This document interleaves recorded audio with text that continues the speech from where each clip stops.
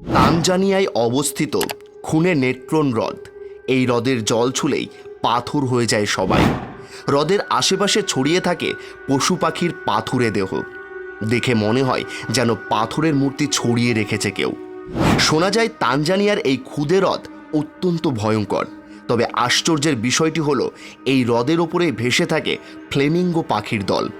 বিন্দুমাত্র ক্ষতি হয় না তাদের।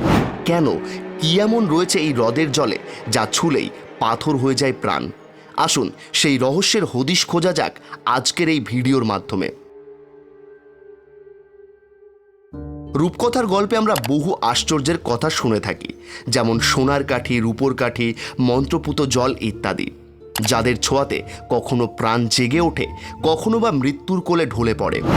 তবে রূপকথার মতো শুনতে হলেও শুধু রূপকথাতে নয়, এই পৃথিবীর বুকেই এমন একটি হ্রদ আছে যার জল স্পর্শ করা মাত্র পাথর হয়ে যায় যে কোনো প্রাণী, জীবজন্তু, পশু পাখি সবাই। শুনতে অবাক লাগলেও এই হ্রদ রয়েছে দক্ষিণ আফ্রিকার দেশ তানজানিয়ার উত্তর প্রান্তে। লবণাক্ত এই হ্রদটির নাম নেট্রন হ্রদ, যাকে খুনে হ্রদও বলা হয়ে থাকে। হ্রদটির দৈর্ঘ্য 57 কিলোমিটার এবং প্রস্থ 22 কিলোমিটার। এওয়াস ও নায়াগ্রা নদীর জল এসে পুষ্ট করে নেট্রন হ্রদকে। আশেপাশের বেশ কিছু উষ্ণ প্রস্রবণের জলও এসে জমা হয় এই হ্রদটির ওপর। ফলে এর জলে বিভিন্ন ধরনের খনিজের মাত্রা অন্য হ্রদ বা জলাশয়ের চাইতে বেশি। এই হ্রদ নিয়ে স্থানীয়ভাবে পরিচিত হলেও বাইরের পৃথিবীর কাছে এই হ্রদটির খোঁজ এসেছে অনেক পরে। তবে তারপরেও প্রমাণ মেলেনি তেমন কিছু। এরপর 2011 সালে এই লেকের হদিশ পান নিক ব্র্যান্ডট নামের এক ওয়াইল্ড লাইফ ফটোগ্রাফার। ছবি তুলতে তুলতেই তিনি একদিন নেট্রন হ্রদের সামনে গিয়ে পড়ে চমকে ওঠেন। দেখেন হ্রদের চারপাশে ছড়িয়ে ছিটিয়ে রয়েছে অসংখ্য পশু পাখির পাথুরে দেহ, ঠিক যেন কেউ পাথরের মূর্তি তৈরি করে ছড়িয়ে রেখেছে হ্রদের ধারে। পরবর্তী সময় তিনি বারবার সেখানে গিয়ে এর কারণ অনুসন্ধান করার চেষ্টা করেন। তারপরে জানতে পারেন এগুলো কোনো পাথরের তৈরি মূর্তি নয়। এই সমস্ত জীবজন্তুরা এই হ্রদের জলের সংস্পর্শে এসেই পাথরে পরিণত হয়েছে। এই হ্রদের জলে পিএইচ লেভেল 10.5, যা জীবের ত্বকের সংস্পর্শে এলেই পুড়িয়ে দেয় সারা শরীর, এবং সাথে সাথে সোডিয়াম কার্বনেট শরীর নষ্ট হতে দেয় না।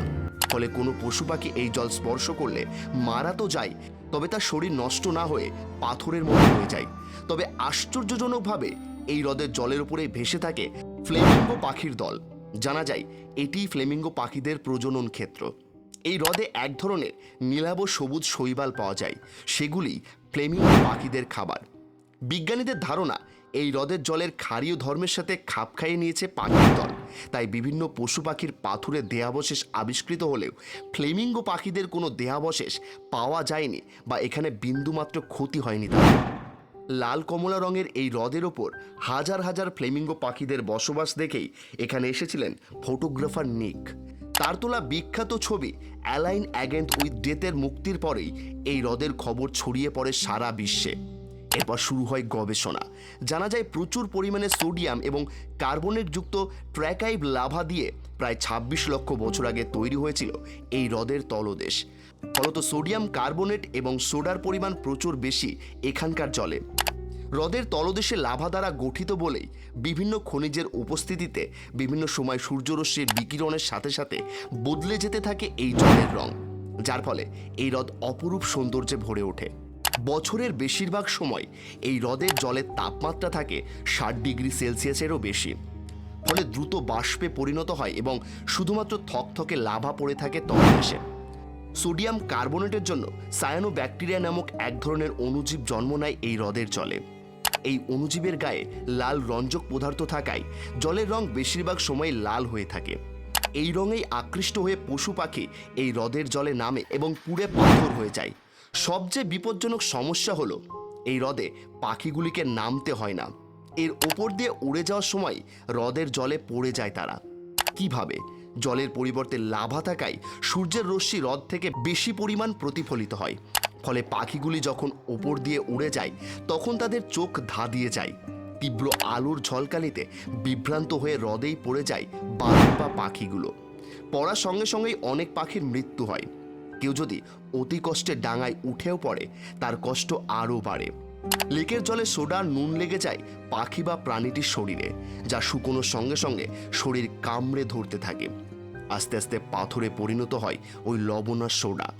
একসময় পাখিগুলি শরীর পূর্ণাঙ্গ চুনাপাথরের মূর্তি নেয়। এখন গবেষণার পাশাপাশি বহু মানুষ এখানে ঘুরতে যান, আর তাদের আগে থেকে সাবধান করে দেওয়া হয় যাতে হ্রদের জলে হাত না দেয়।